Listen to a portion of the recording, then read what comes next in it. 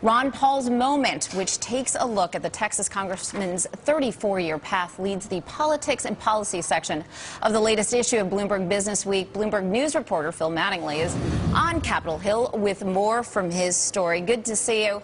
So, Mr. Paul, certainly a colorful character and not one to mince his words. He's been a relative outsider, I guess, in Congress since he first arrived a few decades ago. What's changed in that time?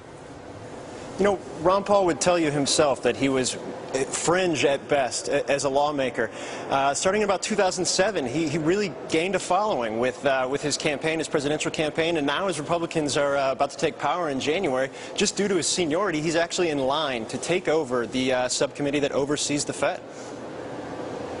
Here, Phil, that actually puts him in line sort of to take over, but despite being in line for the chairmanship, it's not necessarily a sure thing. It's very true. You know, because of the fringe aspect of things, Republican leadership has never been a big fan of Ron Paul. He's bucked them on several issues, the Iraq War, defense, things like that.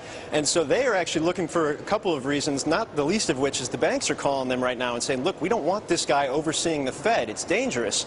And so there's some serious deliberations right now amongst House Republican leadership as to whether to even give him the position. Do you think, you know, the Federal Reserve, he's been an outspoken critic, we said that before. Is Ben Bernanke bracing for this potential change in leadership? Look, he's had a difficult time for the past 2 years. Everybody's seen that. He's very well worn in his trek up to the Capitol building. If Ron Paul takes this subcommittee, it's going to get worse. I think even they would acknowledge that. He wants hearings, he wants investigations, and he needs to be ready if Ron Paul's in power. All right, Phil, thanks so much for giving us a little insight there. It will be interesting to see what happens next. That's Phil Mattingly from Bloomberg Business Week. Well, up next...